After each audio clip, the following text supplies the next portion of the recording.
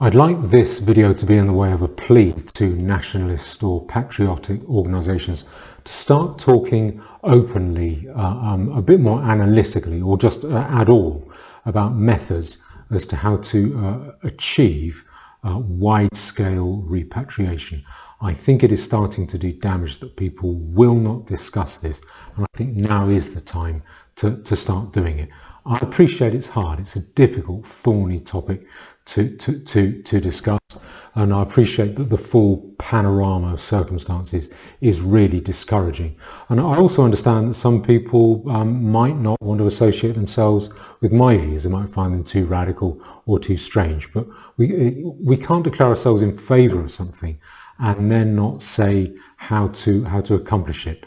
It's a little bit like telling off your child but not showing them how they can get it right. It's people are not going to follow you if you can't do that ultimately, and it's kind of frustrating and baffling to people. And I think also that nationalists should discuss this with me, although they don't have to. I appreciate that I can debate forcefully, and I'm a little bit sorry for that. And my insistence on speaking about icky subjects like system breakdown and welfare collapse, I can see that that makes me a little bit like Banquo's ghost, and it means that there's the distance between me and most nationalists is a little bit like the distance between most nationalists and the puffing, blowing, bullfrog nationalists wagging a Union Jack in one hand and zooming a Spitfire in the other one.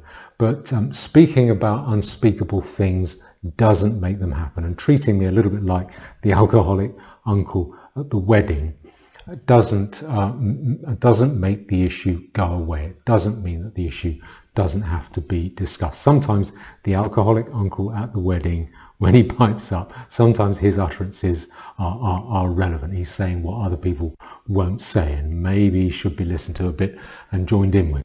So I understand that politics at the moment appear to be deteriorating and looking pretty bad, pretty depressing, and I suspect a lot of patriotic nationalist people are feeling pretty demoralised. When you look at the local elections of 2023, how any patriotic nationalist party, basically from UKIP to the Heritage Party to the British National Party or the National Front, right across the board, got completely wiped off the board, and even worse, most of the swing went from the Tories, who God knows are bad enough, to parties like Labour and the Lib Dems, whose only policies are, let's make this problem worse, let's increase mass immigration, let's do refugees more favours, we've got to be nicer to them. And then on top of that, we've had the pathetic spectacle over the last few days of controlled spontaneity masquerading as the response to, or the grief response to, yet another invader stabfest in Nottingham. It is really baleful to watch this, and I think a lot of people might be saying to themselves, well, how could things possibly get any worse? We've been banging on about this issue for a decade, couple of decades, and people are still standing still, that they're not being moved. What's the point in discussing the end game when we can't get people to put their first, to make the first step on the path? Why talk about mass repatriation and how to accomplish it, the detail of how to accomplish it, in the face of such apathy? But that is my point. We should make use of this lull, and being out of power gives you the opportunity, the space to discuss things, to thrash things out, to make mistakes, to get it wrong, whilst planning and working out how you can achieve things. And I don't think people should be mistaken that the turnout was very low at the 2023 local elections, extremely lower than a shark shithouse, I think is the way I'd put it. And politicians, I'm sure politicians think, great, this is good. We've beaten the public, we've cowed them into apathy, they don't care, we can do what we want. It wasn't apathy, it's rejection. This is what people do, and particularly I think the English, we don't tend to write angry letters from Tunbridge Wells to the BBC. We just switch them off. We don't like them, we reject them, we switch them off. And I think that happens with elections too. So that means that there is still all to play for. And I think that means in turn that we should discuss the end game. And people should do that, preferably, although not necessarily, with me. Now, I would say there are three reasons why patriotic or nationalist people should be discussing this end game: mass repatriation.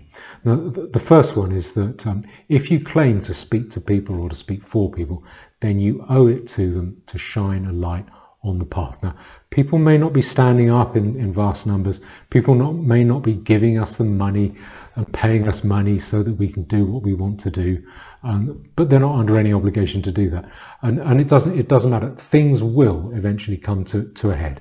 You can't time it. You never can. Creaking gates go on a long time. These things take a lot longer to come to a head than you might think, but they will come to a head. And when that happens, people will need guidance. What we do when things come to a head, when things fall apart, is we look for the guidance that we find lying around. And so that means things will go much better if we have prepared plans, if we've prepared ideas and methods and made sure that we leave them lying around so that people can pick them up. And in those circumstances, if things come to a head, if things break down like that, and if I'm right that massacre is an embedded feature of human nature, then the forebodings of a kind of hybrid ethnic and civil war threaten a lot of chaos and gore amongst an unguided population. If the population if other people, most people have no guidance, and that concerns all of us. That is not a nice prospect. That is not a prospect that I relish. I don't think it's a prospect that anyone should relish. I certainly don't think it will be successful, and that concerns all of us. Now, the second reason why I think we should discuss explicitly how to accomplish mass repatriation, that end game, is because a lot of those patriots of the bullfrog variety, they are puffing and blowing ever closer in our direction. And I want to give you a little example of a couple of the characters that I mean. Now, you see this fella here? That's Mike Graham. I would count him as your classic bulldog patriot. And here he is crying at the John Lewis Christmas ad. That's actually really good, isn't it? That's made me quite upset. My God, that's... And here he is now crying at the death of the Queen. I feel like this actually, but I do. It's very upsetting. She's you know, as I said, she's the mother that we've all had for such a long time. She's been a brilliant... Now, before you laugh too hard at him, look at this next one here. This is him. It's time we started to admit immigration has ruined this country. Let me play a little bit of this. Very good morning to you, Mike. I make no apology for what I just said. I know that there will be people out there going, oh my God, what a terrible, awful, bigoted thing to say. But I think it's time we started to admit and started to say that actually immigration has ruined this country. Well, look, the reality... That was from 8 days ago. Now, this isn't a spirited defence of Mike Graham. I'll make my point in a minute. But first I want to show you this character, Nigel Farage. Here he is, the flag-wagging bulldog patriot. But we're going to wave you goodbye, and we'll look forward in the future to working... So I think that pegs him as the epitome of the flag-wagging bulldog patriot. But yet he seems to have changed recently. A much more recent interview here, he's basically saying immigration has gone too far. The numbers are too great. I'll play you this little clip and then I'll make my point. Conservatives today, they argue that Brexit was about control and not about numbers. What do you say to that? You know, this is your classic sort of public school, you know, Lord Hannon type argument. But oh, immigration wasn't it? No, I go to the council estates in the Midlands and the North, or anywhere in the country. Speak to families who saw the wages compressed through massive levels of semi-skilled and unskilled labour coming into the country. Speak to people whose kids can't go to the local primary school because it's full. Because we have a birth explosion, the likes of... So what he's saying there is the numbers, the immigration numbers are far too great and have been far too great. and have done, effectively the numbers have done a lot of damage. He's not going as far as we are, but he is saying there have been too many. And my point here with him and with Mike Graham is saying immigration has ruined this country. Nigel Farage is saying we let too many people in. The necessary corollary of that is that people need to be removed, people need to be repatriated. And my point here is that those bulldog, bullfrog nationalists, their puffing and blowings are getting very close to what we're saying, although they are not going so far as to spell out how repatriation can be achieved, but they're getting closer and closer to what we are saying. If we don't start talking about methods to achieve repatriation, to reverse the process of mass immigration, they're going to start looking an awful lot like us. And the question is, do you want to be subsumed by them? Is that the club whose membership you want forced on you? I think that would be such a shame. Is it worth it? Is it worth joining a club like that simply to avoid the thorny issue at the heart of this problem, i.e. how you do it, how you accomplish that mass repatriation in a workable, reasonably humane way? Is it worth avoiding that simply in order to avoid engaging with someone like me who likes to go on about method and how to do it? Now, I think that the good thing, the asset that we have, is that we have tried to engage with reality honestly and to spell it out honestly. And that has been a pretty significant, great cost and fear to ourselves, sometimes, occasionally fear to ourselves. What you see with a lot of those bulldog nationalists, I think, is they have avoided facing reality honestly and squarely, and they have done it, I think, at quite some profit to themselves, getting some nice cushy jobs out of it. So is it really, is it worth after all that then to find you're lumped in the same club as them eventually, as they catch up, increasingly saying that mass immigration needs to be reversed, but not spelling out a method as we seem to be failing to spell out a method? Is that worth it?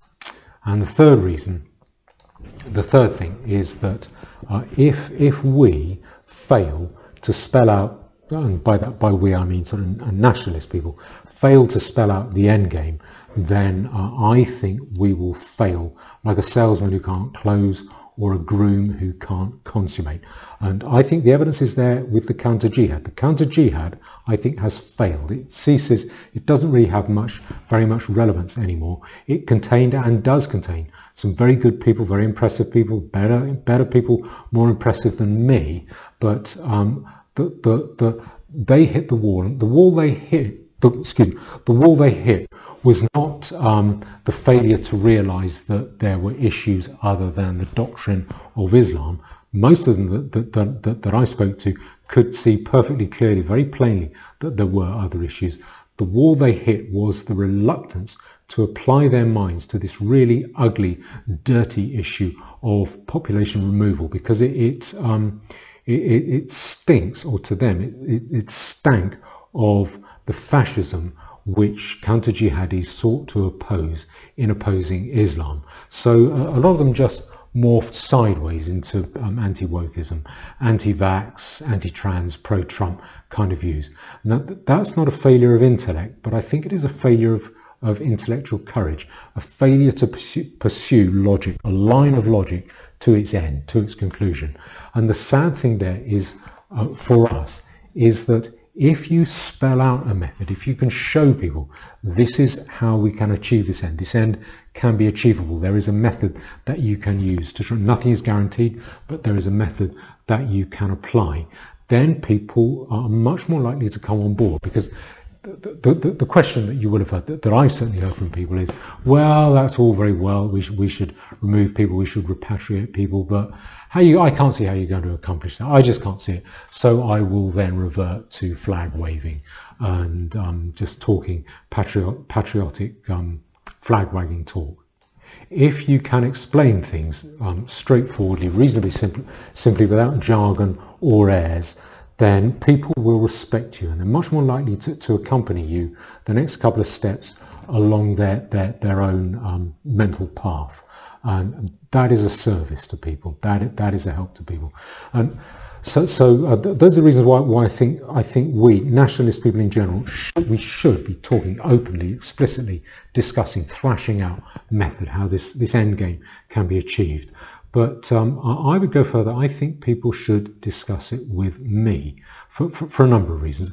The first reason is that I am not aware of anyone else who is talking, or certainly talking realistically, about how to do this, how to accomplish really wide-scale repatriation in a way that is reasonably humane and effective.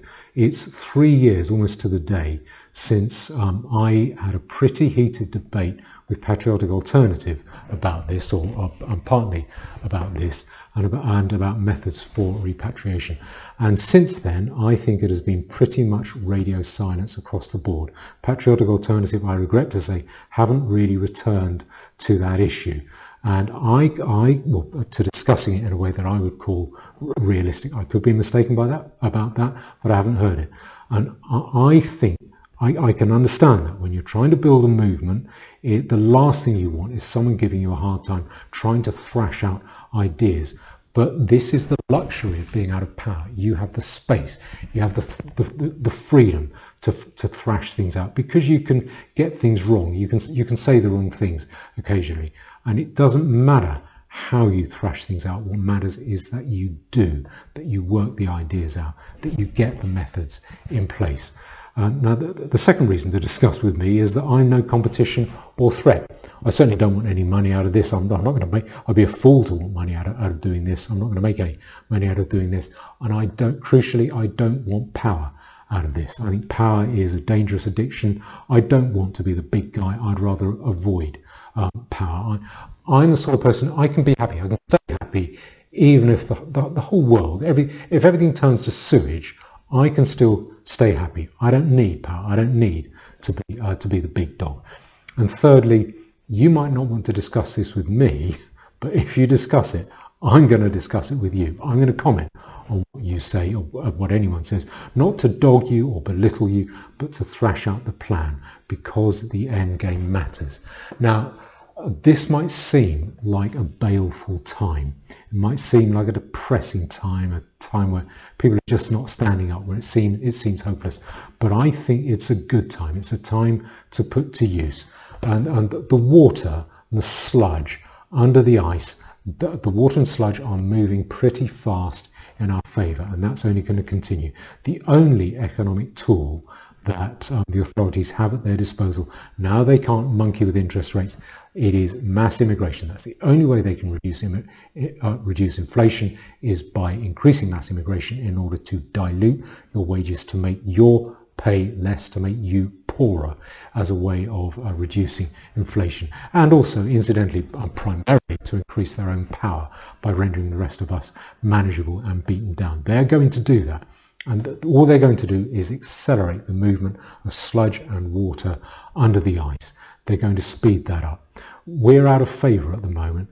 That's fine, because again, that means we have the freedom to plan, the freedom to work things out. Now, I am not naive about this. I'm perfectly aware that you make a plan and then reality hits, the plan goes out of the window.